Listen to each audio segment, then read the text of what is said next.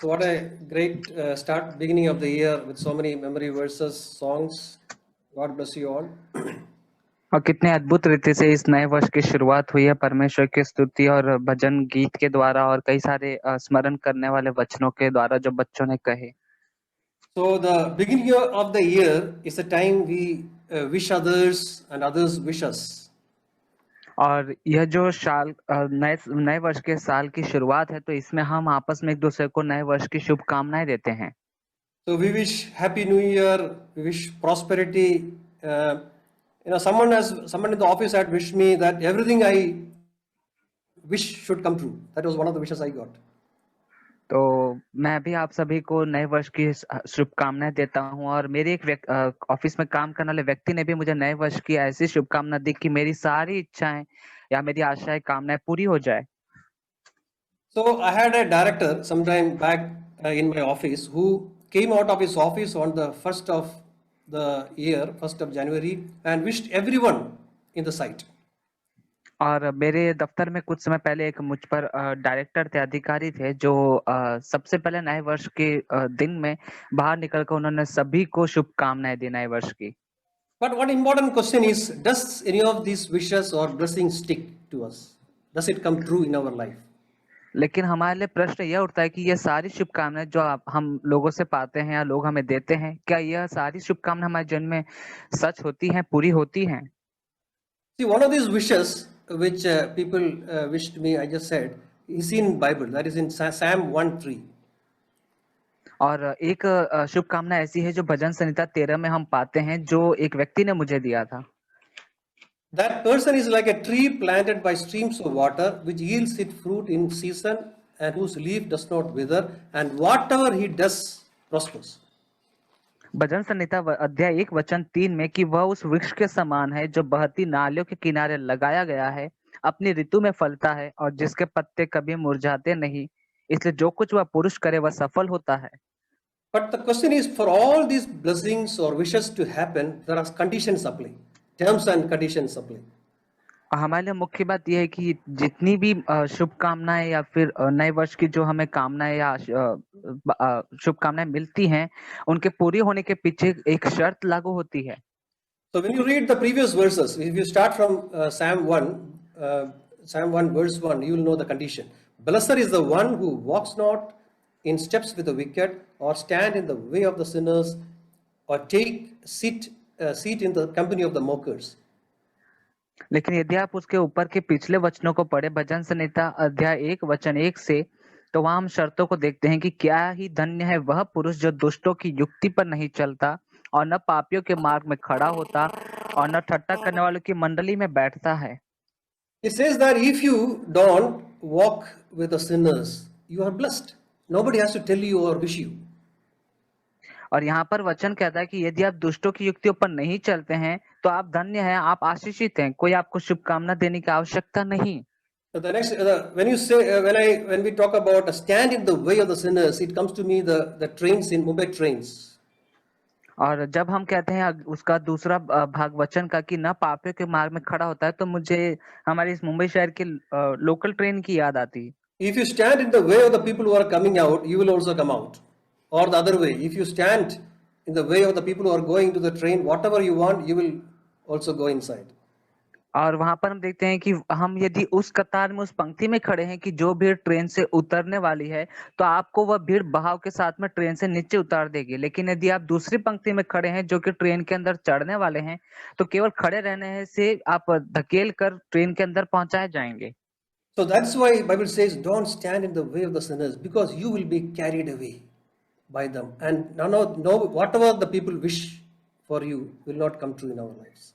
और यही बाइबल हमें एक चेतावनी के रूप में कहती है कि हम भी यदि पापियों के मार्ग में खड़े रह जाएंगे तो उनके बहाव में ढकेल दिए जाएंगे आगे की ओर, और जो भी लोगों ने आपको शुभकामनाएं दी हैं आपके जीवन के प्रति, वह पूरी नहीं हो पाएगी। The second verse is, but whose delight is in the law of the Lord, and who meditates on his day and night. और दूसरा वचन कहता है, परंतु वह तो यहोवा की व्यवस्था से प्रसन्न रहता और उसकी व्यवस्था पर रात दिन ध्यान करता रहता है। So this is something which we can do for the new year. Read the word of God, spend time with God's word, meditate on it day and night. Ask, Day and night means all the time. और यह एक ऐसी विशेष और मुख्य बात है कि जिसे हम इस नए वर्ष में करने की शुरुआत कर सकते हैं कि हम परमेश्वर के वचन को पढ़ने में अपना समय बिताएं, परमेश्वर के वचन पर मनन करने में हम अपने समय को लगाएं और रात दिन ध्यान करने का मतलब है कि हम हर समय वचन पर हम मनन करते रहे। So if you do all this on behalf of God, I guarantee you a blessing for the new year. That person is like a tree that planted by the streams of water, which yields its fruit in season, and whose leaf does not wither, and whatever you do shall prosper. यदि आप ऐसा करेंगे, परमेश्वर के वचन के साथ समय बिताएंगे, मैं आपको परमेश्वर की ओर से यह दृढ़ आश्वासन देकर कहता हूं कि आगे जो तीसरा वचन जो आशीष कहता है वो आपके लिए होगा कि आप उस वृक्ष के समान हैं जो बहती नालियों के किनारे लगाया गया है और अपनी ऋतु में फलता है, जिसके पत्ते कभी मुरझाते नहीं। The further verses says the otherwise, if you don't do that. The fourth verse, not so the wicked. They are like a chaff that the wind blows away. लेकिन उसका आगे का वचन, चौथा वचन कहता है, यदि आप ऐसा नहीं करेंगे तो क्या होगा? दुष्ट लोग ऐसे नहीं होते, वे उस भूसी के समान होते हैं जो पवन से उड़ाई जाती है। The chaff looks like a wheat, but doesn't have the content of the wheat or the substance. और जो भूसी होती है वह अन्न में से, धान में से निकाली जाती है, वह धान नहीं होता, लेकिन उसका वह भूसी के समान ही होता है, उड़ाई जाती है पवन से। Another verse which really touched me is the sixth verse, which says that the Lord watches over the way of the righteous. और एक और वचन है जो छठवां वचन जो मुझे बहुत ही उत्साहित करता है, क्योंकि यहोवा धर्मियों का मार्ग जानता है परंतु दुष्टों का मार्ग नष्ट हो जाता है। This is a very good blessing. The way of the righteous, God watches over. और यह बहुत ही अद्भुत आशीष है हमारे लिए परमेश्वर की कि परमेश्वर धर्मियों का मार्ग जानता है। So like, our children, when they go to schools, kindergarten schools, we follow them every step till they get into the bus. और जैसे हमारे बच्चे जब छोटे होते हैं और वह जब पहली बार स्कूल में जाते हैं, अपने जब वो नर्सरी में जाते हैं, तो हम उन पर कड़ी नजर रखते हैं, सुरक्षा के लिए ध्यान रखते हैं कि जब तक वो अपने स्कूल के उस बस में चढ़ ना जाएं। As they grow up, they don't want us to follow them. So, but then we will watch them at the window as much as we can see them until they disappear from our eyes. लेकिन एक समय आता है कि जब हमारे बच्चे बड़े हो जाते हैं, तब वे नहीं चाहते कि हम उनके पीछे पीछे उनका अनुसरण करके उन पर नजर लगाएं, परंतु हम जितना हो सके उतना हमारे घर की खिड़कियों से उन पर नजर लगाए रखते हैं और जब तक हमें दिखाई देता हम देखते हैं। Something happens to them, we are there, but we may take 5 minutes or more to reach them. और हमारे लिए समय हो सकता है कि हम 5 से 10 मिनट का समय लेकर हमें समय लगेगा उनके पास पहुंचने के लिए। If something happens to them. यदि उनके पास उनके साथ यदि कुछ हो जाता है तो। But that is not true with God. He is not having the inabilities which we have. His eyes are always on the righteous. He is there when they need you. लेकिन परमेश्वर के विषय में ऐसा नहीं है, वह हर समय, वचन कहता है, धर्मियों पर उनकी आंखें लगी रहती है। वह हमारी तरह हम ऐसे हैं जैसे हमारे अंदर क्षमता नहीं, लेकिन उनके अंदर क्षमता है कि जब कभी हम धर्मी लोगों को हम पर जरूरत पड़ती है तब परमेश्वर सहायता के लिए आते हैं। Another thing which comes to our mind during the beginning of the year is most of us have regrets on what we could not do the last year. और नए वर्ष के शुरुआत के साथ में एक और बात है जो हम सभी के मन में आती है, हृदय में आती है, वह यह पछतावा आता है। पछतावा कि जो बीते वर्ष में जो बीत गया है उनमें हम अपने जीवन के द्वारा क्या कुछ हम पूरा नहीं कर पाए हैं, उन पर पछताते हैं। Even I had the same feeling. I should have spoken little more kindly. I should have done this. I should have read the word of God little more. I should have prayed little more. Lot of regrets come to our mind at the end of the year. और यह मेरे साथ भी हुआ है, यह मेरा भी अनुभव रहा है। जैसे वर्ष के अंत के बाद मुझे यह पछतावा होता है कि काश मैंने परमेश्वर के वचन के साथ में थोड़ा ज्यादा समय बिताया था, या काश मैंने थोड़े और करुणामय आवाज में मैंने बातें की होती, या दयालु स्वभाव से मैंने बातें की होती, और कई सारे ऐसे बातों को लेकर एक पछतावा होता है। There's a verse in 2 Peter 1:8 which says, if you possess these qualities in increasing measure, they will keep you from being ineffective and unproductive in your knowledge of our Lord Jesus Christ. और दूसरा पत्रस अध्याय 1 वचन 8 कहता है, क्योंकि यदि ये बातें तुम में वर्तमान रहे और बढ़ती जाए तो तुम्हें हमारे प्रभु यीशु मसीह की पहचान में निकम्मे और निष्फल ना होने देगी। It says about a set of qualities if we possess in an increasing measure, we will not have these regrets which many of us have. और यहाँ पर यदि आप वचन को ध्यान से अध्ययन करें और पढ़ें तो यहाँ पर लिखा है कि कुछ गुणवत्ता की बातें हैं, यदि आप उनको पालेंगे, अपने जीवन में मानेंगे, तो आप बहुतायत से बढ़ते जाएंगे और आपको आपके जीवन को लेकर पछतावा नहीं होगा। So there are people without these regrets, because when you look at the life of Paul, he says that I have fought in 2 Timothy 4:7, he says, I have fought a good fight. I kept my faith. Now there's a और crown waiting for me. और हम ऐसे लोगों की गवाहियों को भी देखते हैं जो कहते हैं अपने जीवन को लेकर पछताते नहीं, जैसे दूसरा तीमुथियुस 4:7 में पौलुस कहते हैं कि मैंने तीमुथियुस से कहते हैं कि मैंने अपनी अपनी कुश्ती लड़ चुका हूं, मैंने अपनी दौड़ पूरी कर ली, मैंने विश्वास की रखवाली की। This he has written almost at the end of his life. और यह जो वचन लिखा गया है, यह प्रेरित पौलुस के अपने जीवन के अंतिम क्षणों में लिखा गया है। We'll look at a few verses before this 2 Peter 1:8 to see what are these qualities and how we can be free from these regrets in our life. और दूसरा पत्रस अध्याय 1 के वचन 8 में जो कुछ गुणवत्ता की बातों के विषय में लिखा है, हम उन वचन को देखेंगे, कुछ वचन को, कि वो कौन सी बातें हैं जिन्हें हम पाना है। The third verse says, 2 Peter 1:3 says, His divine power has given us everything we need for a godly life through our knowledge of Him who has called us by His own glory and goodness. दूसरा पत्रस अध्याय 1 और वचन 3, क्योंकि उसकी ईश्वरीय सामर्थ्य ने सब कुछ जो जीवन और भक्ति से संबंध रखता है हमें उसी की पहचान के द्वारा दिया है, जिसने हमें अपनी ही महिमा और सद्गुण के अनुसार बुलाया है। So it says that God has given us everything for a godly life. For a godly life, what is in between is the knowledge of God. Through the knowledge of God, He has given us everything we require. और यहाँ पर यह वचन हमसे साफ साफ कहता है कि परमेश्वर ने वह सब कुछ हमें दिया है जो हमें एक भक्तिमय ईश्वरीय जीवन बिताने के लिए आवश्यकता होती है, और किसके द्वारा दिया है? परमेश्वर के पहचान के द्वारा, उसके ज्ञान के द्वारा।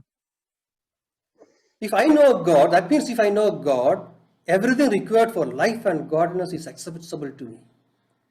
और इसका मतलब है, यदि मैं ऐसे साधारण शब्दों में कहूँ कि यदि मैं परमेश्वर को जानता हूं तो परमेश्वर का भक्तिमय जीवन बिताने के लिए मुझे जो कुछ भी जरूरत है वह परमेश्वर मुझे देंगे।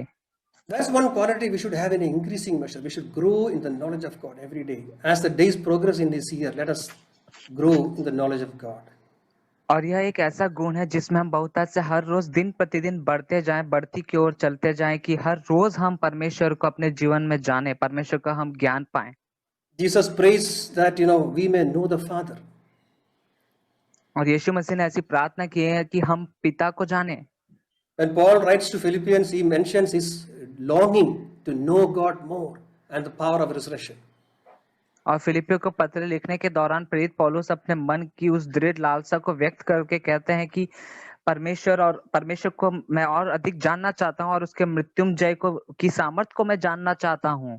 Okay, the fourth verse says, through this he has given us his very great and precious promises, so that through them you may participate in the divine nature, having escaped corruption in the world caused by evil desires. और उसका चौथा वचन, जिनके द्वारा उसने हमें बहुमूल्य और बहुत ही बड़ी प्रतिज्ञाएं दी हैं, ताकि इनके द्वारा तुम उस सड़ाहट से छुटकर जो संसार में बुरी अभिलाषाओं से होती है ईश्वरीय स्वभाव के समभागी हो जाओ। So we have to participate in God's divine nature. How do we do that? Through the promises of God. और यहाँ पर वचन हमसे कहता है कि हमें परमेश्वर के उस ईश्वरीय स्वभाव में समभागी होना, और हम परमेश्वर के स्वभाव में कैसे सहभागी होंगे? उसकी प्रतिज्ञाओं के द्वारा।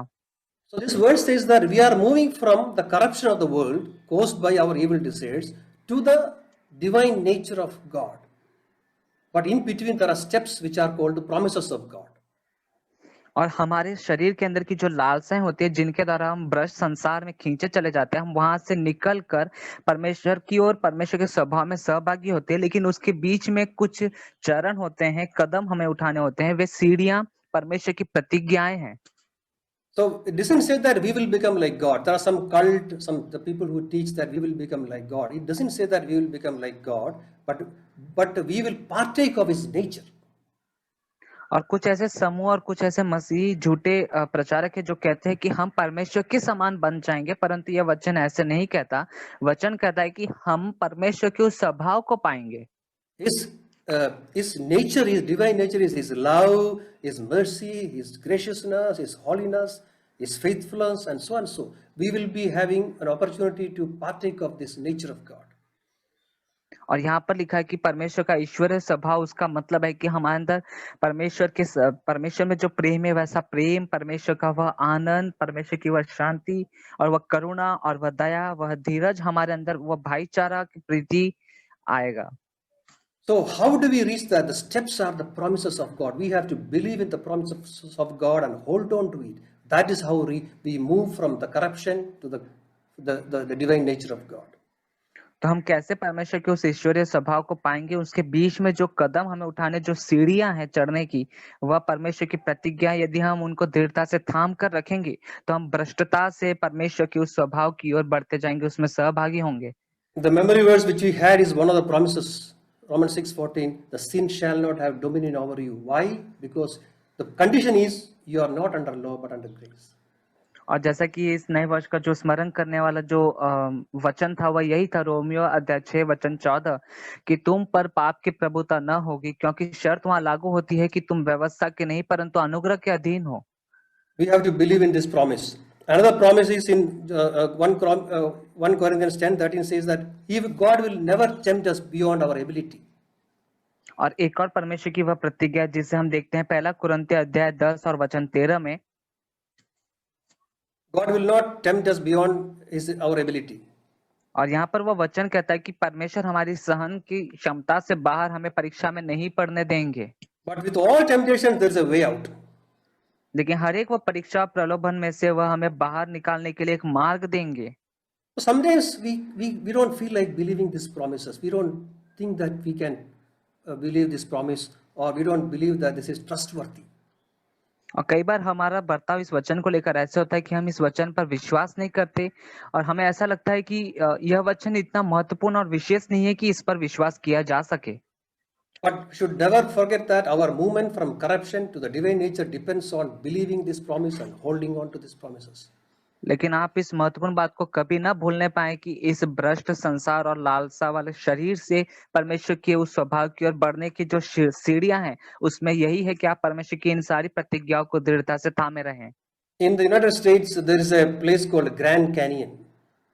और अमेरिका में एक ऐसा स्थान है, ऐसी जगह है जिसे ग्रेट कैनियन कहते हैं। If you stand at the top of Grand Canyon, you can see the Colorado River, which is around 4,000 feet below. और ग्रैंड कैनियन जो स्थान है, जो टीला पहाड़ है, उसके चोटी पर यदि आप खड़े रहेंगे तो आप 4000 फुट नीचे वहां पर जो नदी बहती है कैनियन से, उसको आप देख पाएंगे। So there is an observatory which is made of glass over that cliff.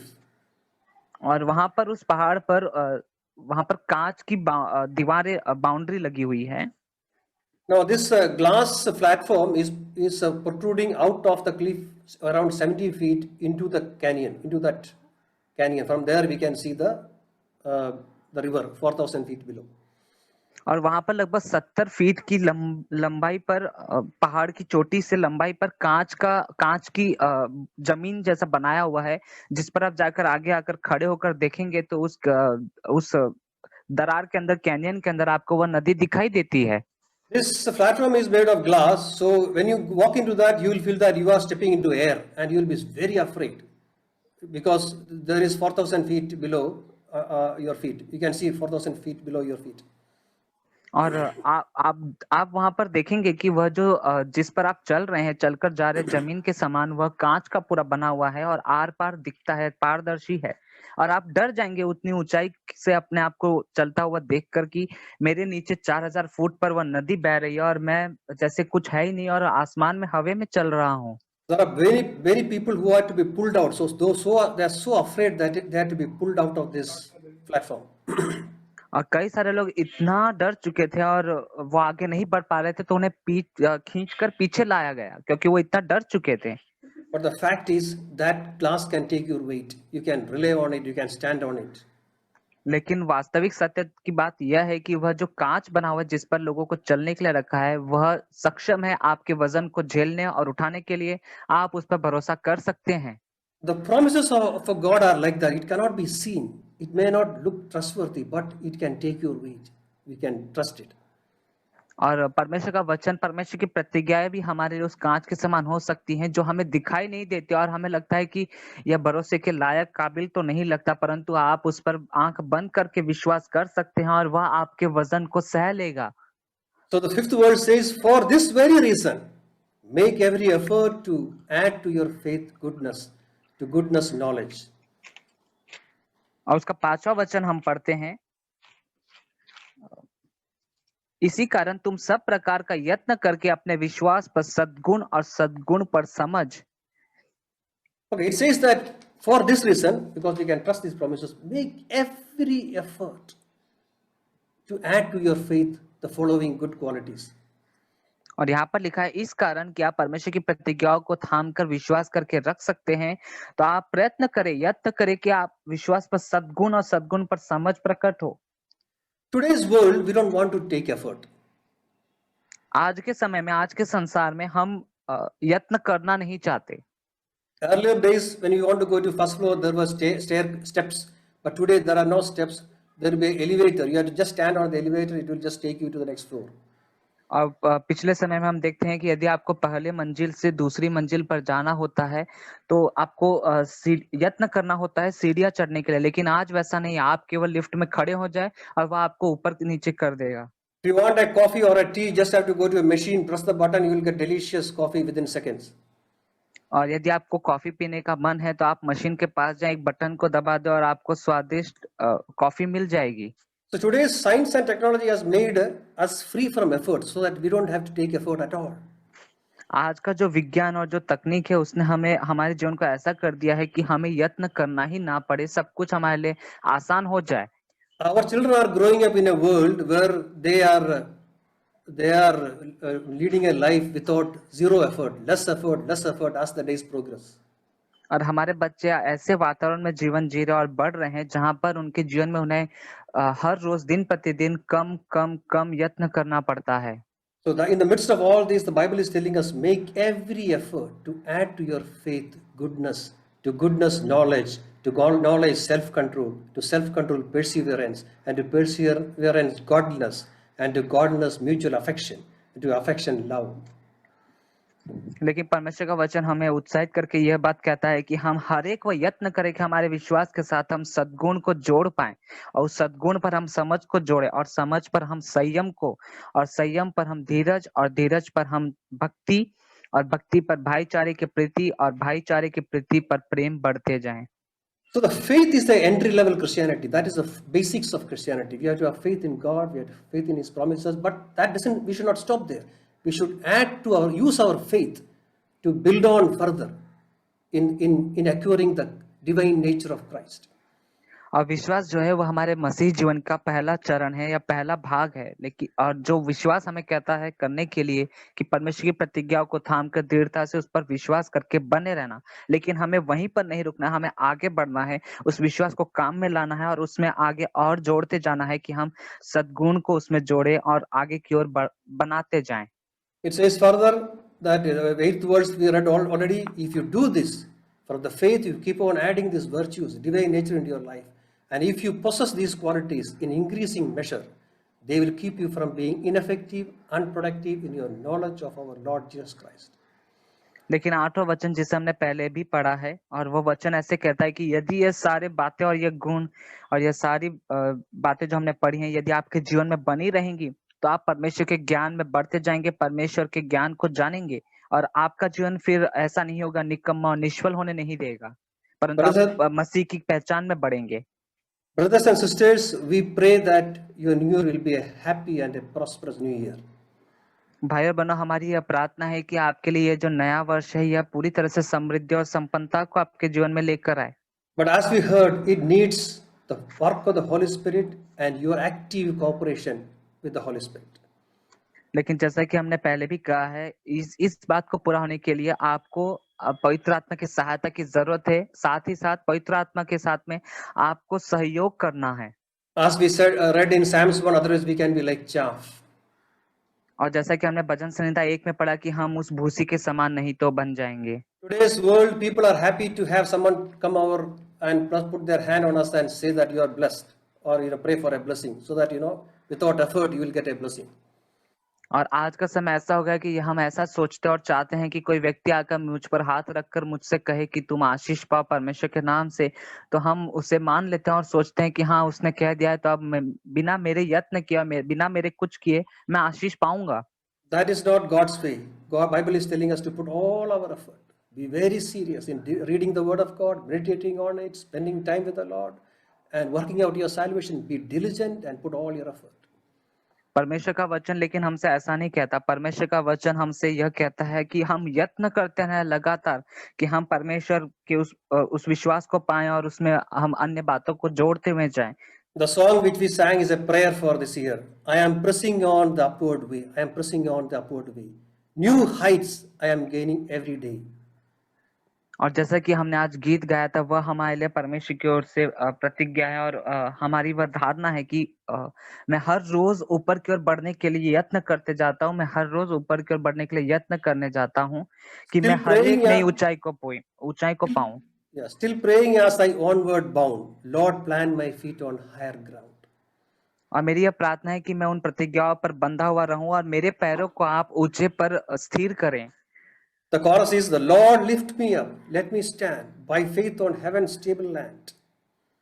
और उसका जो कोरस है वह ऐसे कहता है कि परमेश्वर मेरे पैरों का आप ऊंचा उठाए और स्वर्ग की उस मेज के ऊपर। A higher plane than I have found. Lord, plant my feet on higher ground.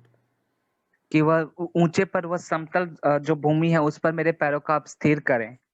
The next stanza says, where my heart has no desire to stay, where doubts arise or fears dismay.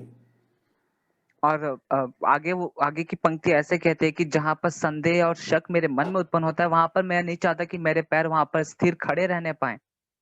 So though some may dwell there, but my prayer, my aim is to higher ground. और कुछ चाहते भी होंगे वहां पर रुकने और ठहरने के लिए, परंतु मेरा यही उद्देश्य और मकसद है कि मैं ऊपर की ओर बढ़ता हुआ जाऊं। So brothers and sisters, let us start this year with this prayer, that we want to continually grow in the Lord. We want to have a higher ground. We don't want to remain on the ground. We want to add to our faith the godly nature, so that we may partake of His nature as the days progress. तो भाई बहनों, आइए, हमारी यही प्रार्थना है और हम यत्न करते रहें कि हम जहाँ पर हैं इस नए वर्ष में हम वहां पर न रहते हुए, परंतु नई ऊंचाइयों की ओर हम बढ़ते जाएं, कि हमारे विश्वास के अंदर हम सद्गुणों को जोड़ते जाएं और परमेश्वर के उस ईश्वरीय स्वभाव को हम जोड़ने पाएं। Amen. आमीन।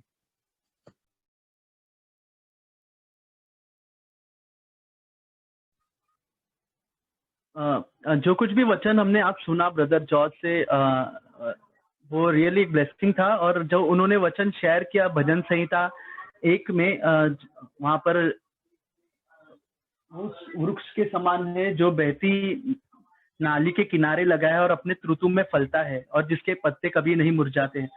वो इसलिए जो कुछ भी वो पुरुष करता है वो सफल होता है। तो हम में से बहुत सारे लोग बिजनेस करते रहेंगे, जॉब करते रहेंगे। कई बार हम सोचते हैं कि सक्सेस के लिए हमको क्या करना चाहिए, हमको बढ़ोतरी के लिए क्या करना चाहिए, उन्नति के लिए क्या करना चाहिए। लेकिन यहाँ पर ये वचन आपको खुला खुला बता देता है, जो कुछ भी वो पुरुष करेगा उसमें वो सफल पाएगा। लेकिन उसके लिए, जैसे हमने सुना 1 में लिखा है, वो बुराई में नहीं रहेगा, बुराई लोगों के साथ नहीं रहता है, मजाक मस्ती करने वाले, टट्टा करने वालों के साथ भी नहीं रहता है, पर वो 2 चीज करता है। वहां दूसरे वचन में लिखा है, वो यहोवा के व्यवस्था से प्रसन्न रहता है, is happy with God's word. वो प्रभु का वचन जो कुछ भी मिलता है every day, he is happy. जैसे भी ब्रदर्स या सिस्टर बांटते हैं, जो वचन वो रिसीव करते हैं, they are happy with that word. वो वचन से खुश होते हैं और वो वचन को रिसीव करते हैं। और दूसरी चीज है, वो वचन के ऊपर वो दिन रात मेडिटेट करते हैं। तो ब्रदर्स एंड सिस्टर, जब आप प्रभु के वचन से खुश हो, आनंदित हो और उसके ऊपर आप जब मेडिटेट करते हो, सोचते विचार करते हो, सच में जो कुछ भी चीज के ऊपर आप हाथ लगाओगे वहां लॉर्ड आपको जरूर ब्लेस करेगा, प्रभु का वचन में लिखा है। हम उत्पत्ति जेनेसिस चैप्टर 26 में एक उदाहरण देख सकते हैं इसहाक के विषय में। वहां पर लिखा है इसहाक ने उसके 12वां वचन। Brother translate, sorry brother, translate करना है क्या? ट्रांसलेट की जरूरत नहीं सिस्टर। Okay okay okay. तो उसके 26 अध्याय के 12वें वचन में हम देख सकते हैं, वहां पर लिखा है कि इसहाक ने जोता बोया और 100 गुना फल प्रभु ने उसे दिया। उसके बाद हम देखते हैं नीचे कुछ जाति पलिशिती और ऐसे बहुत सारे जाति है जो इसहाक के साथ झगड़ा करते हैं और उससे कहते हैं ये जमीन तेरा नहीं है, ये हमारा जमीन है, जो हम वहां पर देख सकते हैं। 17 वचन में भी हम देख सकते हैं, वहां पर वो लोग उसके साथ झगड़ा करते हैं और उससे उसको बोलते हैं कि ये तेरा नहीं, ये हमारा जल है, यहाँ से तू चले जा करके। फिर वो वहां से चले जाता है, दूसरे जगह पर वो काम करता है और वहां पे भी लॉर्ड उसको ब्लेस करता है। तो वहां पे भी वो लोग झगड़ा करते हैं और कहते हैं ये हमारा जमीन है। और तो वो वहां पे भी झगड़ा नहीं करता है इसहाक, वहां से भी चला जाता है। लेकिन वो आगे जब तीसरे जगह पे जाता है तो वहां पे भी गॉड ब्लेस करता है। तो वहां पर हम वो पूरे अध्याय में देख सकते हैं, 26 अध्याय के 12वें वचन से नीचे आप पढ़ते जाओगे उसके 22 वचन तक, वहां पर देखता है जहां जहां इसहाक गया वहां वहां प्रभु ने उसे आशीष किया। और वो सारे लोग जो उससे झगड़ा करने आए, वो उससे झगड़ा करने नहीं गया, वो दूसरे जगह चला गया और जहां जहां वो गया वहां पे गॉड ने उसको ब्लेस किया। और उसके आगे हम देख सकते हैं लोगों ने ये देखा कि ये व्यक्ति जिधर जिधर जाता है वहां प्रभु इसको आशीष करता है। और उन्होंने टेस्टिमनी दी कि हमने देखा है कि प्रभु ने तेरे साथ भलाई किया है, जहां कहीं तू जाता है वहां तुझे आशीष मिलता है। तो उसका मेन रीजन क्या है? उसका मेन रीजन यही है, वहां पे 26 अध्याय के 5वें वचन में देख सकते हैं, अब्राहम ने उसकी बातें मानी और जो कुछ प्रभु ने उसको सौंपा और जो आज्ञा विधि और व्यवस्था का पालन किया। तो बहुत जरूरी है कि हम जो कुछ भी प्रभु का वचन सुनते हैं उसको हम मेडिटेट करें और उसके ऊपर ध्यान करें और प्रभु के साथ चले। जब भी एक व्यक्ति प्रभु का दास या प्रभु की संतान ऐसा करता है, रियली वो जहां कहीं भी रहेगा ना, भले वो बहुत अमीर नहीं होगा, लेकिन प्रभु उसको वो चीज में ब्लेसिंग जरूर देगा और प्रभु उसको वहां से जरूर आगे बढ़ाएगा। उसे किसी के सामने हाथ फैलाने की या भीख मांगने की जरूरत नहीं पड़ेगी, प्रभु उसका पालन पोषण करेगा। क्योंकि वो प्रभु का वचन कहता है, देखो संसार में कितने सारे जानवर है, जीव जंतु है, मैं उनका पालन पोषण करता हूँ, तो अपने संतानों की क्यों नहीं करूंगा। तो जरूर अगर हम प्रभु के वचन को मानेंगे, उस पर मेडिटेट करेंगे, उसके साथ चलना चाहेंगे, उसके साथ चलने की इच्छा रखेंगे, जरूर प्रभु हमारे जीवन को ब्लेस करेगा और ये हमारा जीवन आशीष भरा जीवन होगा। और ये 2021 का जो साल है उसमें प्रभु हमारे जीवन में, हमारे परिवार में जरूर ब्लेसिंग करेगा। लेकिन उसके लिए हमें सबसे ज्यादा जरूरी है कि बुराई से दूर रहे, प्रभु की व्यवस्था से प्रसन्न रहे और प्रभु के व्यवस्था पर दिन रात मेडिटेट कर उस पर चलने के लिए प्रभु से हम प्रार्थना करें। तो मैं विश्वास करता हूँ ये वचन हमारी लाइफ में ये 2021 में जरूर ब्लेसिंग लाएगा। जिसे उसने इसहाक को हमने सुना किस तरह से आशीष किया, वैसे प्रभु हमें भी जहां कहीं भी हम रहेंगे वहां जरूर प्रभु हमें आशीष करेंगे। आमीन। Thank God for this day. सुप्रभात भाइयों और बहनों, और परमेश्वर का धन्यवाद हो आज के दिन के लिए। We are now here in Ernakulam, back from Dubai yesterday. तो अभी हम एर्नाकुलम में हैं और हम लोग दुबई से कल वापस यहाँ पर आए। So just want to thank God for the encouraging word that we heard from Brother George. और परमेश्वर का धन्यवाद करता हूँ जो भी प्रोत्साहन भरा शब्द हमने भाई जॉर्ज से सुना। Yeah.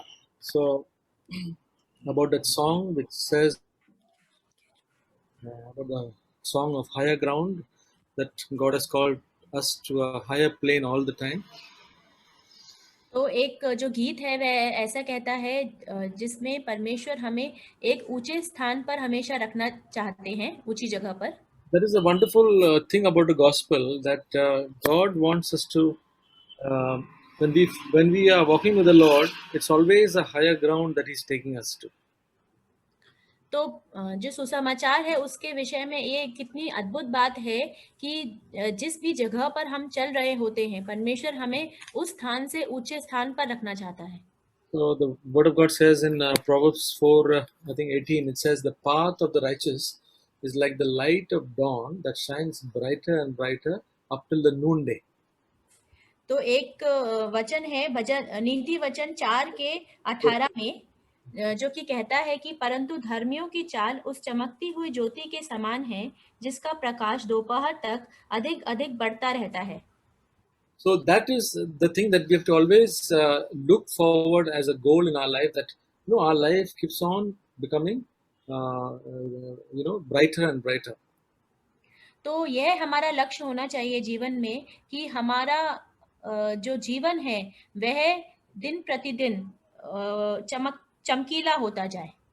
What is the meaning of that? The meaning of that is that not that we'll grow richer and richer, or our things where that is not the main thing. That the main thing is that the peace that is in us, the joy that is in us, the nature within us keeps on increasing.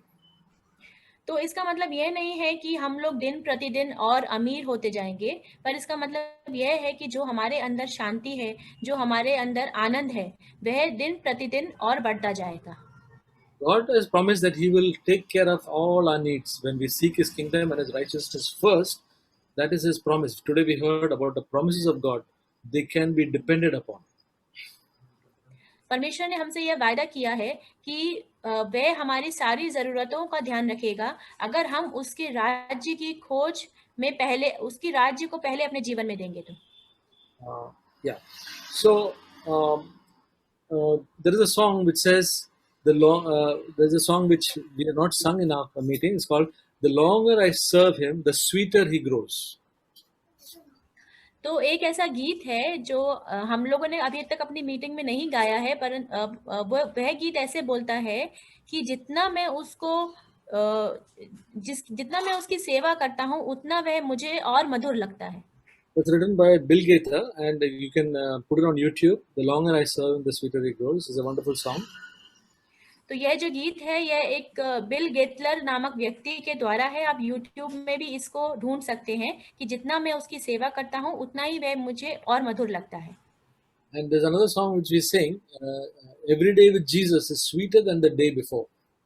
और एक और गीत है जो हम गाते हैं वह है कि हर दिन परमेश्वर के साथ, यीशु मसीह के साथ बहुत मधुर लगता है। Now, are these just songs, or is it the true experience in our life?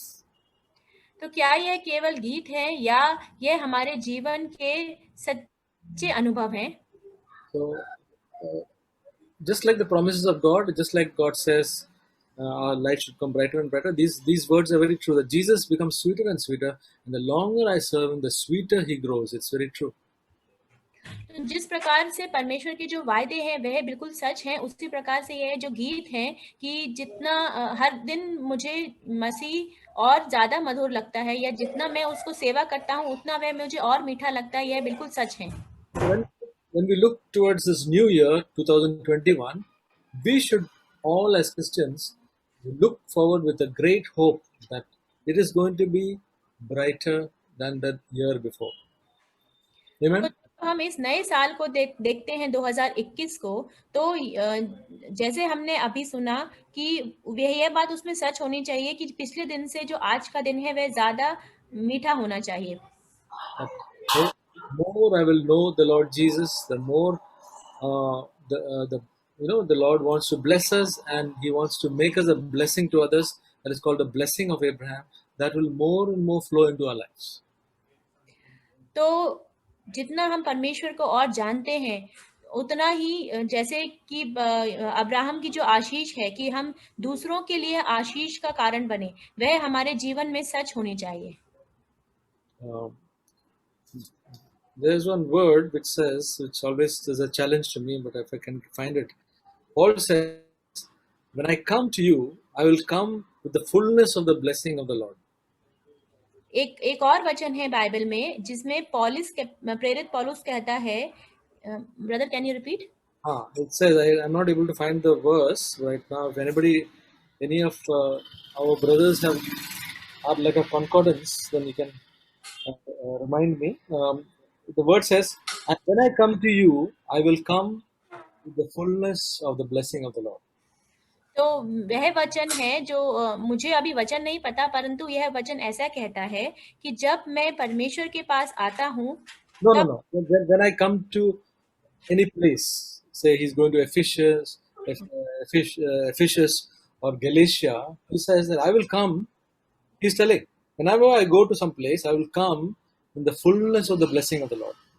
तो वहां पर प्रेरित पौलुस ऐसे कहता है कि जब मैं किसी जगह पर जाता हूँ, भले ही वह गलातिया का जगह हो या एफिशिएंस की जगह हो, मैं उस जगह पर परमेश्वर की पूरी बहुतायत के साथ जाता हूँ.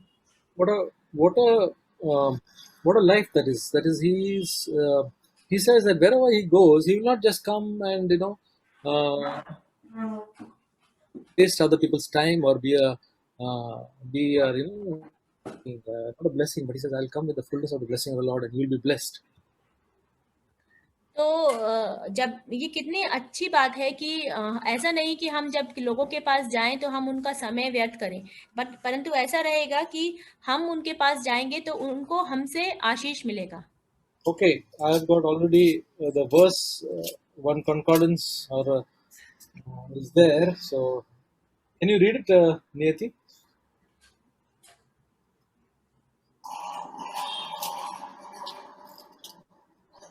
Yes, uncle. It says, I know that when I come to you, I will come in the full measure of the blessing of Christ. Yeah. So that is Romans 15:29. Can you read it, Sister this thing, Madhu? Romans 15:29. Romeo के 15 अध्याय के 29वें वचन में ऐसा लिखा है, और मैं जानता हूँ कि जब मैं तुम्हारे पास आऊंगा तो मसीह की पूरी आशीष के साथ आऊंगा. I want to, as I am challenged, I want to challenge each one of us here to take this as a word that we'll all, wherever we go, we'll go in the fullness of the blessing of the Lord. तो मैं आप सभी भाइयों बहनों को यह चुनौती के साथ बोलना चाहता हूँ, आपको चुनौती देना चाहता हूँ कि आप इस नए वर्ष में इस वचन को अपने जीवन में लेकर आए कि जहाँ पे भी हम जाएं वहां पर हम परमेश्वर की पूरी आशीष के साथ जाएं. Instead of being a busybody or a troublemaker, we will be a blessing to people. और दूसरों की बातों में दखल देने के बजाय या दूसरों को कष्ट पहुंचाने के बजाय जहाँ पे भी हम जाएं वहां पर हम उनके लिए एक आशीष का कारण बने. So may God help us, and let's look forward to this year and the coming years with greater hope that the God we serve is a mighty God who wants us to come to a higher plane of life. तो आइए हम इस नए वर्ष में इस आशा के साथ जाएंगे कि हम जहाँ कि हमें परमेश्वर एक ऊंचे स्थान पर रखेगा और जहाँ पे भी हम जाएंगे हम एक आशीष का कारण बनेंगे. That is not by our striving and our efforts. It is only abiding in Him. तो यह हमारी कोशिश या हमारे प्रयास से नहीं, परंतु उसमें हमेशा बने रहने से ही होगा. ओके. या मैं आज के दिन के लिए प्रभु को बहुत धन्यवाद करता हूँ. I thank the Lord for today's day. मैं जो अनुभव किया या गांव आके वो एक मेरा गवाही भी है, और प्रभु ने मेरे जीवन में जो काम किया उसके द्वारा मैं आप सभी को प्रोत्साहन करना चाहता हूँ इस वक्त. So whatever God has done in my life, it is a testimony, and I want you all to be encouraged through that. तो जैसे कि मैं गांव आया, मैं सोचा कि मेरे साथ सब कुछ अच्छा ही हो जाएगा, मेरा फैमिली के साथ या रिलेटिव्स के साथ या मेरा विलेज लोगों के साथ सब कुछ अच्छा ही होगा. लेकिन यहाँ आने के बाद कुछ विपरीत हुआ यहाँ पर. When I came to my village, I thought that everything will be good with my family, with my relatives, with everybody. But when I came here, everything was opposite to that. मैं कभी नहीं सोचा कि मेरा परिवार मुझे कुछ ऐसा जगह पे लेके जाएगा जहाँ पर मुझे पुलिस केस की तरह हो जाए. लेकिन कल का दिन भी मैं पुलिस केस खुद की लोगों के परिवार के द्वारा इस तरह से हो चुका है ऐसा.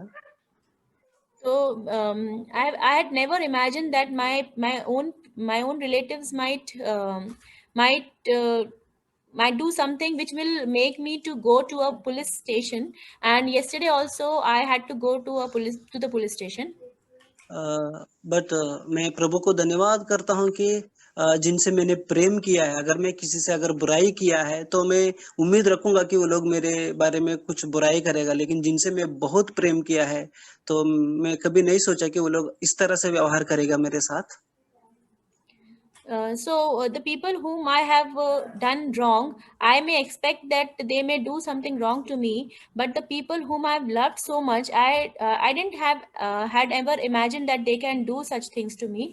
तो मैं कभी भी ये सोचा नहीं कि मैंने प्रेम किया है तो वो लोग भी मुझे प्रेम करना चाहिए, मुझे उम्मीद भी नहीं था, लेकिन मैं प्रभु को धन्यवाद करता हूँ जो कुछ परिस्थिति आया है ये प्रभु की अधीन में है। I didn't expect that they should love me so much, but I believe that whatever has come to me, it is all under control of the Lord. या जैसा कि आज सुबह जोशुआ मेमोरी वर्स बता रहा था, वो वचन मुझे बहुत प्रोत्साहन दिया। वो एक्सोडस 14:14 में लिखा है, the lord will fight for you, you need only to be still. So when Joshua was reciting today's memory verse, I was really challenged, and this was very true in my life. And the verse says, and the verse is from Exodus 14 verse 14, that the Lord will fight for you, and you need only to be still. या यहाँ पर furrow का सेना जब Israeli को पीछे कर रहा था, तब वो एक जगह पे आके वो लोग खड़े हो गए। वहां पर परमेश्वर उनसे बात कर रहा था कि आपको फाइट करने की जरूरत नहीं, सिर्फ आपको चुपचाप खड़े रहना है बस। When the people of the Lord, when the people of the Israel were going, and the Pharaoh's army was chasing them, at that time the word from the Lord had said to them like this, that you do not have to do anything, you have to just stand still. एक ऐसा स्वभाव था, एक आडामिक स्वभाव था, जैसे कि खुद का परिवार लोग अगर मेरे ऊपर दोषी ठहरा तो मेरे अंदर भी एक एडामिक स्वभाव खड़े हो रहा था कि मैं भी उसकी तरह व्यवहार करूं। लेकिन मैं परमेश्वर की इस वचन पर विश्वास किया कि मुझे कोई युद्ध करने की जरूरत नहीं, मुझे चुपचाप रहना है परमेश्वर के वचन के ऊपर आधारित पर। So there is an Adamic nature inside us, and the same thing I was experiencing, that when my people were troubling me, so I in that Adamic nature was through that Adamic nature I was also wanting to take revenge from them. लेकिन मैं प्रभु की इस वचन के ऊपर विश्वास किया कि मुझे कोई युद्ध करने की जरूरत नहीं है, मैं खाली प्रभु के वचन पर विश्वास से जीना है मुझे। But this verse had talked to me, and at that time I decided that I do not need to do anything. I have to just trust in the word of the Lord. यीशु ने look 6:20 में लिखा है कि जो कोई तुमको कर्ज देता है उनको ब्लेस करो, जो कोई तुमको दुख देता है उनको आशीषित करो, और जो कोई आपको तकलीफ देता है उनको आशीष के रूप में तू बदलना। लूक 6:28 में लिखा है। As it is mentioned in Luke chapter 6 verse 28, that you should bless those who curse you, and you should do good to those who harm you. तो मेरे अंदर भी ऐसा ही स्वभाव खड़ा हो रहा था कि उनके बदले में मैं भी इस तरह करूं, लेकिन प्रभु की वचन मेरे जीवन में इस तरह काम किया है कि मैं प्रभु को धन्यवाद करता हूं। प्रभु ने ऐसा लोगों को खड़ा किया ताकि मैं प्रभु के वचन को मेरे जीवन में स्वीकार कर सकूं। So even I wanted to do like what other worldly people might do to take revenge, but this word from this Bible just encouraged me, and I decided that I should not do like that, and I will do good to them. ये सारी परिस्थिति मुझे प्रभु के वचन को पालन करने के लिए मुझे मदद किया। And in all these circumstances, I learned to obey the word of God. जैसे कि ब्रदर जॉर्ज शेयरिंग कर रहा था, आज मेरा विश्वास एक आगे की तरह एक स्टेप के ऊपर स्टेप मेरा ऊपर उठ रहा था, लेकिन कल तक मेरा विश्वास एक नीचे की ओर जा रहा था। जैसे ब्रदर जॉर्ज कर रहा था, मेरा एक आगे की तरह एक स्टेप के ऊपर स्टेप मेरा विश्वास आगे बढ़ गया। As Brother George was sharing that day by day our steps should lead us further, the same thing I was experiencing. Though for some time I was a bit discouraged, but then I believed in the word, and I could go further and further. प्रभु की स्तुति हो। Praise God. Thank God for today's encouraging word. परमेश्वर का धन्यवाद हो आज के प्रोत्साहन भरे शब्दों के लिए। As we are hearing about starting the new year by claiming the promises of the God, तो जैसे हमने सुना कि कि नए वर्ष की शुरुआत हम लोग by trusting in them, by believing and trusting the promises of the Lord. कि नए वर्ष की शुरुआत हम परमेश्वर के वायदों पर विश्वास करके करें। I was thinking that let's start the new year on a right foot in my personal life, how I can start the new year with new step in the positive direction on the right foot and move ahead. तो मैं ऐसे सोच रहा था कि मैं मेरे खुद के निजी जीवन में कैसे इस बात को लागू कर सकता हूँ कि मैं एक नए वर्ष की शुरुआत एक अच्छे दिशा में जाते हुए करूं। I was thinking that one important thing that we need to take it to heart is that when I'm being corrected, how do I take the correction? तो एक जो बहुत महत्वपूर्ण बात जो मेरे को जो मैंने जानी वह यह थी कि अगर मुझे कोई ताड़ना मिलती है तो मैं उस ताड़ना को किस रीति से लेता हूँ। It's very important that to realize that taking correction is not an ABC of the Christian life, but something that will help us to grow, or something that will show how much we have matured in the Word of God and in our Christian life. तो किसी ताड़ना को किसी सही करने मेरे को अगर कोई सही करता है तो अगर उसको मैं सही रीति से लेता हूँ तो यह हमारे मसीही जीवन की ABCD नहीं है, परंतु यह एक मैच्योर क्रिश्चियन होने की पहचान है। In Revelations we read that about how one of the churches Lord corrected and said, those whom I love I correct, I rebuke, I discipline. तो प्रकाशित वाक्य में हम देखते हैं कि परमेश्वर कैसे एक कलीसिया के विषय में बोलते हैं कि जिनको मैं प्रेम करता हूँ मैं उनको सही करता हूँ, उनको ताड़ना देता हूँ। So this new year we should be ready for whatever godly correction that comes. At least I want to take it to my heart. Whatever godly correction that comes, I take it in the right spirit. I say that I am wrong. I need correction, and I'm not ready to prove myself or justify myself that I'm right in what I did. तो इस नए वर्ष में मैं यह अपने जीवन में लागू करना चाहता हूँ कि जब भी मुझे कुछ बात में सही किया जाए तो मैं उसको सही रीति से लूँ। मैं ऐसा नहीं बताने की कोशिश करूँ कि मैं जो भी कर रहा था वह सही कर रहा था। See, there is one verse which talks about in Jude that they have gone the way of Cain. That was coming to my heart. In the book of Jude, there was one verse which was coming to my heart, which was saying they have gone, these people, wanderers who have gone the way of Cain. तो जूड की पुस्तक से एक वचन है, जूड की पुस्तक से एक वचन है जो मेरे मन में आ रहा था। उसमें लिखा है कि वे लोग केन के रास्ते में भटक गए थे। That we read in verse 11, woe to them for they have gone the way of Cain. तो वह हम पढ़ते हैं 11वें वचन में कि वहां पर लिखा है कि उन पर हाय कि वे कैन सी चाल चले। We know that Cain was jealous of his brother Abel, and when he was corrected by the Lord, he just rebelled and went away from God, gone the way of Cain. That can happen to us. तो केन के विषय में हम जानते हैं कि वह अपने भाई एबेल से जलन रखता था और जब उसको परमेश्वर ने इस बात पर सही किया तो वह रास्ते से दूर चला गया। So I don't want to be in that category of people where I will go on the way of Cain. Some correction is given in the church or something that will point me that I am not going to fight, or I am not going to resist that correction and go the way of Cain. And we know what happened to Cain. He was a vagabond on the earth, and that can happen to us.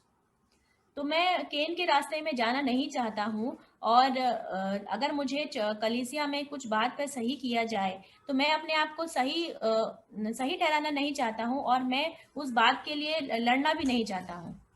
So just want to take that as one of the things that commandment or also the promise of God that when I'm being disciplined, that shows that God loves me. God is not angry with me. Those whom I love, those I rebuke. I love my son Ethan. That's why I correct him and rebuke him, so that it may go well with. So that is the right spirit. I want to take this, and also that it shows a sign of maturity. As we grow, the correction will be even harder and stronger. And this year will show how much we have grown spiritually. Things are going to get bad to us, but these kind of corrections or something that will show us our true colors when we are corrected, how do you react? So that will show our true growth in maturity in Christ. तो यह परमेश्वर की ओर से हमारे लिए एक आज्ञा भी है और एक वायदा भी है कि जब हम परमेश्वर में और बढ़ते जाते हैं तो परमेश्वर हमें और हम समझदार होते हैं तो परमेश्वर हमें और अधिक बढ़ाने के लिए हमें ताड़ना भी देगा और हमें उस ताड़ना को किस रीति से लेना है, हमें उसके विषय में अपने आप को नम्र करना है। जैसे अगर मैं मेरे बेटे से प्रेम करता हूं तो मैं उसको सही करूंगा, उसको ताड़ना दूंगा क्योंकि मैं उसको प्रेम करता हूं। हाँ, एक वचन मुझे याद आया अभी जैसा ये वचन आया तो ये नीति वचन है 3 में 5 से लेके 10 तक कोई पढ़ेगा? संपूर्ण रूप से यहोवा पर भरोसा रखना, उसी को स्मरण करके सब काम करना, तब वह तेरे लिए सीधा मार्ग निहारेगा। अपनी दृष्टि में भटक न होना, यहोवा का भय मानना और बुराई से अलग रहना। ऐसा करने से तेरा शरीर भला चंगा और तेरी हड्डियां पुष्ट होंगी। अपनी संपत्ति के द्वारा और अपनी भूमि की पहली उपज दे देकर यहोवा की प्रतिष्ठा करना। इस प्रकार तेरे खत्ते भरे और पूरे रहेंगे और तेरे रस कुंडों से नया दाख मधु उमड़ता रहेगा।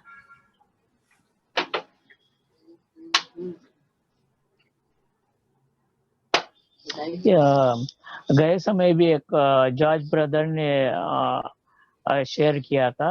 एक मैं थोड़ा नर्वस में जा रहा था और थोड़ा तकलीफ में भी जा रहा था कि जॉर्ज ब्रदर का जो वचन था गए समय मुझे थोड़ा जोशीला बनाया उससे। और थोड़ा मुझ में बोलते हैं एक हवा जाता है फिर वो फूक जाता है और फिर इसमें से हवा पंक्चर हो जाता है, इस तरह जीवन हो गया था।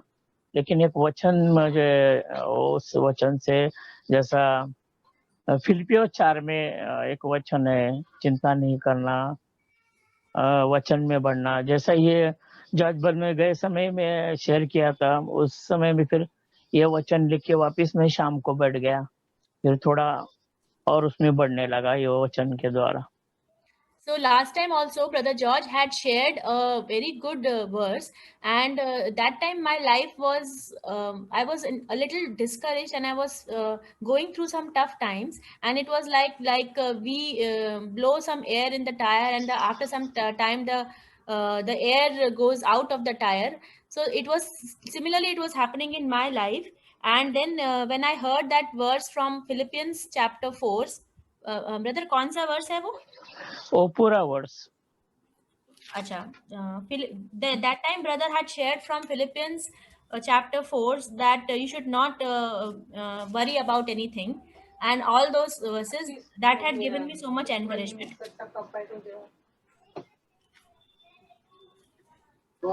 ना और थोड़ा शेयर करना चाहता हूँ। और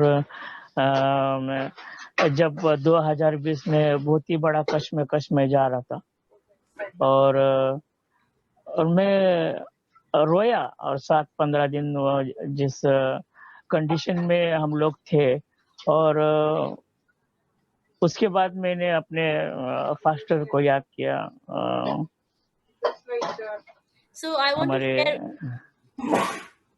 ब्रदर बोलिए, मैं बोलिए। मैथ्यू ब्रदर को याद किया मैंने और उनको फोन किया और फर्स्ट टाइम मैं रोया। और मैथ्यू ब्रदर से मैंने ये सब बातें शेयर की और मैथ्यू ब्रदर ने मुझे प्रोत्साहन दिया, दिलासा दिया। एक बड़ी बात है, अपने जो एल्डर्स, जो फास्टर जिन्हें यीशु ने उन्हें रखा है, बहुत महत्वपूर्ण होते हैं। ये जो हमारे ऊपर जो उनको रखा है, अगर आप कुछ बात करते हैं उनसे तो आपको बहुत आशीष मिलती है। उनसे बात होने से अपना कुछ अपने जीवन में परिवर्तन होता है। ये मैंने लाइफ में मैंने बहुत बार देखा है। जो कुछ भी हमको कुछ बताना है या शेयर करना है, फास्टर से जरूर बात करनी चाहिए। इस तरह से हमारे जीवन में और प्रोत्साहन और जोशीला बना देता है हमारे जीवन को परमेश्वर, क्योंकि उन्हें हम पर रखा है प्रभु ने। बहुत महत्वपूर्ण है हमारे लिए जो हमारे ऊपर जिनको रखा है। और बहुत ही मैं कोरोना वायरस के पेशेंट को काम करते करते बहुत ही मुझे प्रोत्साहन मिला। एक वहां पर बहुत संगति मुझे अच्छी मिली। लोगों ने मुझे एक ये दिया कि बाबा आप प्रार्थना करो। मैं इतना रोने में से मेरा जीवन ही एकदम ये हो गया और लोग ब्रदर मुझे बुलाने लगे कि ब्रदर एक हाँ मिनट में मैं थोड़ा ट्रांसलेट करती हूँ। तो okay okay that time I was going through very tough time in my life, and it was that time that I called Brother Matthew, and I shared everything with him, and he gave me so much encouragement, and I poured everything to him, and I was literally crying because I was going through so much tough time. And I want to share here that whatever is there are circumstances in our lives, and God has placed our elders above us, so we should give them that honor, and we should also if we ask them for help, or if we ask them for encouragement, it is for sure that we will get that because it is God that He has placed them over us. And it was a very tough time, as I was treating patients who had this COVID, who were COVID patients, and that time when Brother Matthew shared to me, and I was really encouraged, and it filled my heart with joy. हाँ, इस तरह फिर वहाँ पर लोग इकट्ठा होने लगे, मुझे प्रार्थना के लिए बुलाने लगे और बहुत से संपर्क हो गया। फिर इस कोरोना संकट से बहुत ही तकलीफ से जाके वहाँ पर प्रभु ने मुझे अच्छी तरह इस्तेमाल किया। इतना मैं धन्यवाद देता हूँ परमेश्वर को जो मुझे वहाँ पर रखा। धन्यवाद। So that time I used to pray for the people, and then it happened like that people started coming to me for prayer, and I really trusted God that time, and I want to thank the Lord for that.